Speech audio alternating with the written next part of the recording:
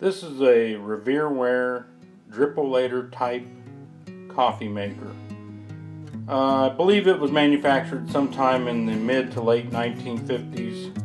This design of coffee maker goes back as early as the early 1930s. This particular one is made out of stainless steel and has a copper-clad bottom. This coffee maker consists of 4 components. You have a lid with a vent on it. You can see the vent hole right there. You have this measuring stem and retainer lid that makes the coffee stay inside the strainer element. You have the reservoir that holds the hot water and the coffee with the drain holes in it.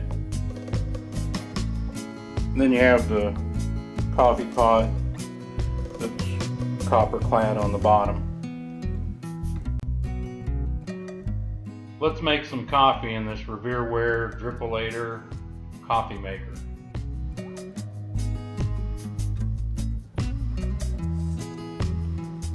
This one's marked up for 4 cups, and really that's all it will make. As you can see right here on the scale, you don't want to put more water than that in it because the pot won't hold it. And it's 6-ounce cups, so I've already preheated 24 ounces of water here, and we'll get our coffee in here. This measure that I have here is set up for a heaping tablespoon. Pour these in.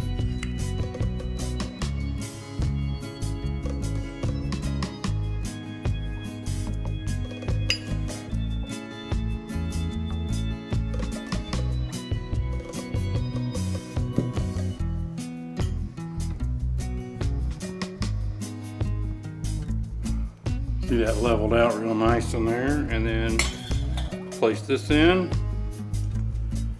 24 ounces of water.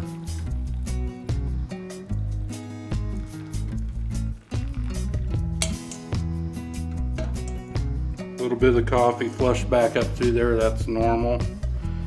And you need to put this lid on here because this vent, there's a vent in this lid that controls how quickly that allows that to drain through your coffee grinds. And we're just using regular canned, drip coffee maker coffee. So we're gonna let this drip through and we'll keep track of the time. We'll come back when we get that done.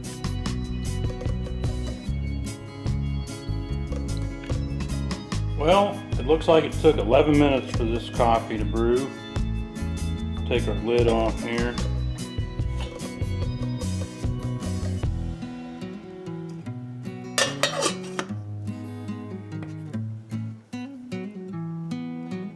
This makes a really good cup of coffee.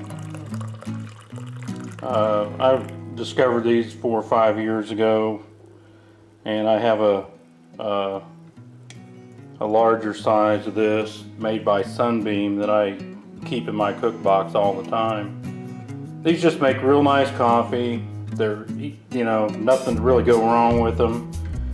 There's various manufacturers of these out there. You can pick them up on your secondhand stores, your thrift stores, your online auction sites.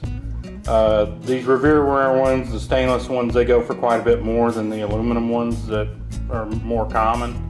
These sell from anywhere from $20 to $40, but I think I paid like $30 for this one, but it's a real nice 4-cup one. And I have a Sunbeam, I think it's an 8-cup one that's in my cook box, and it's also stainless. It's similar design to this. It just doesn't have this measuring stem. One of the reasons I like these DRIP O LATOR type coffee pots is the cleanup on them is pretty easy, and you don't have to have a lot of water to do it, which is real good for me since I live in a desert. I'll take you through the cleanup here real quick just to show you what it's like. Just take this thing out.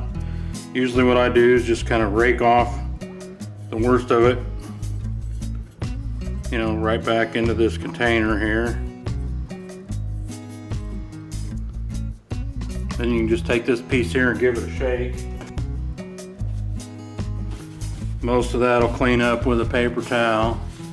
If you wait till this dries out a little bit, it is a little bit easier. Then this part here, as you can see, you can knock most of it out of there.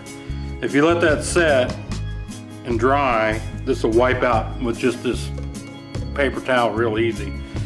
But since it's still damp right now, it's not going to come out as easy as it would, you know, if you just wait a while. And you know, it's fairly clean, as you can see from just wiping it out with a paper towel. And since you're just going to put coffee back in it, it really doesn't matter anyway. But DRIP O LATOR, real good camp tool. Lots of them on the used market. I don't know if anybody makes one right now new, but it's well worth trying out if you like making coffee and drinking coffee.